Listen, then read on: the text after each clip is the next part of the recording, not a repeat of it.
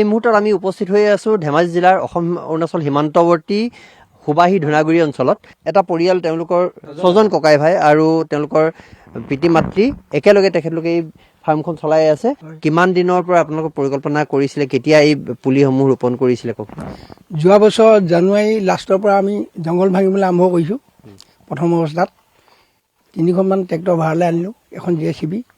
জংঘল ভাঙি 1.5 মাহৰ ভিতৰত আমি মানে পুলি ৰুবলৈ আৰম্ভ কৰিলোঁ। ঠিক এপ্ৰিলৰ ফাৰ্ষ্ট উইকলৈকে আমি পুলি ৰুলোঁ আৰু ছেপ্টেম্বৰৰ পৰা আমি মানে ফল বিক্ৰী কৰিছোঁ।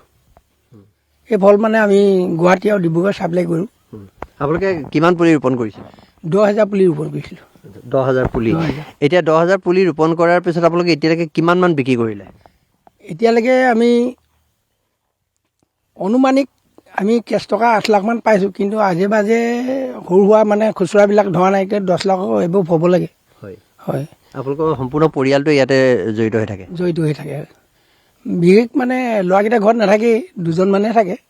এই বেংকত থকা কেইজন, বাকীকেইজন মানে ডিফেন্সত থাকে 2জন, বেংকত থাকে 2জন। আমি মানে সৰুটো আৰু মই আৰু ডাঙৰটো মানে ফেক্টৰীটো ব্যস্ত থাকে, হ'লেও মানে তেওঁ যথেষ্ট কষ্ট কৰে। মানে সময়ে সময়ে সকলোৱে আহি ইয়াত লাগি দিয়ে? হয়, কিন্তু একেবাৰে সৰুটোৱে জংঘল লগত প্ৰথম মানে নিজে অকলে ভাঙিলেহি, গাড়ী চলাই ট্ৰেক্টৰ। হয়, আমি দেখুৱাব বিচাৰিছোঁ এখেত পিতৃ মাতৃ আৰু তেখেতলোকৰ পৰিয়াল আৰু ইয়াৰ ককাই ভাই কেইজন আছে ইয়াতে। আমি এখেতলোকৰ 3জন আছে এতিয়া বৰ্তমান, 6জনৰ ভিতৰত 3জন আছে। কেনেকুৱা প্ৰথম পৰিকল্পনাটো কেনেকুৱা আছিলে আৰু তাৰ ফল এতিয়া কেনেকুৱা পাইছে? প্ৰথম পৰিকল্পনাটো ঠিকেই আছিলে, যিটো সপোনত ভাবিছিলোঁ।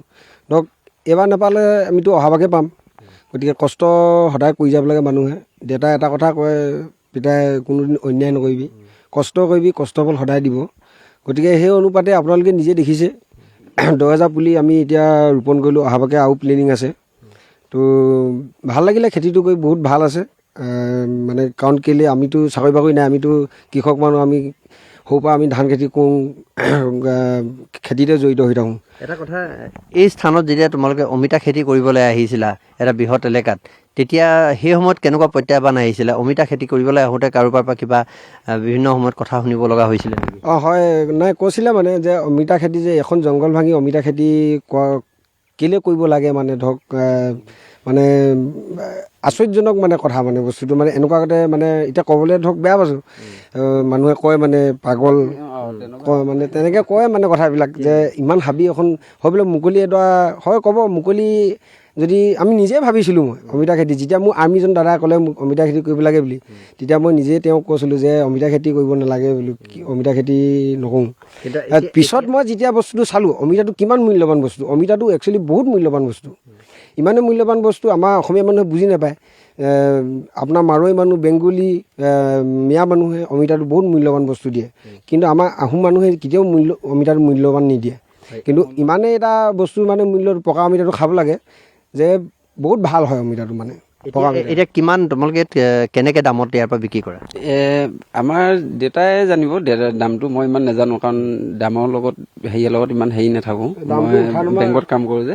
দামটো হয়, দামটো মানে আপোনাৰ উঠা নমা হৈ থাকে। মানে ধৰক আপোনাৰ কেতিয়াবা 30 টকা পাওঁ, কেতিয়াবা 40 টকা পাওঁ, কেতিয়াবা 50 টকা পাওঁ।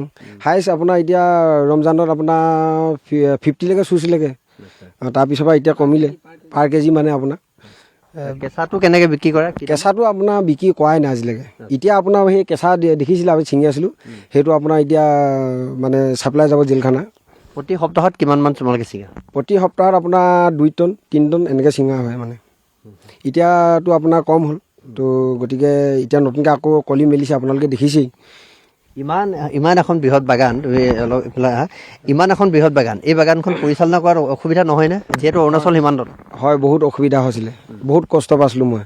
মানে মই সেইটো নিজকে মই উপলব্ধি কৰিব নোৱাৰোঁ। মানে মই ইমান এটা কষ্ট কৰিলোঁ ইয়াত, মানে ধৰক বহুত কষ্ট কৰিলোঁ, দিন ৰাত মানে চলালোঁ।